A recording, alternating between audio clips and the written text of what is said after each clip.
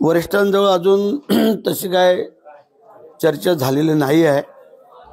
Phone केलेला आहे आम्ही, परंतु निकाल आणि हे धक्कादायक आम्हाला वाटतोय। अपेक्षा नव्हती आम्हाला, कारण जवळजवळ आमचे 6च्या 6 आमदारांनी मुख्यमंत्री उपमुख्यमंत्र्यांना कळवलं, सगळ्यांनी भेटी घेऊन सांगितलं। त्यानंतर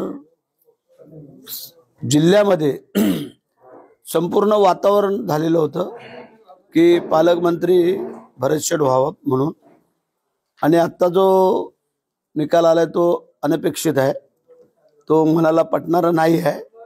परंतु ठीक आहे, आता जे काय आमचे नेते एकनाथ शिंदे साहेब जो निर्णय घेतील, जो असेल तो आम्हाला मान्य करावा लागेल, कारण ते आमचे नेते आहेत। त्यांच्या नेतृत्वाखाली आम्ही सगळेजण काम करतोय। त्यांच्या मनात काय असेल किंवा काय तर ते सांग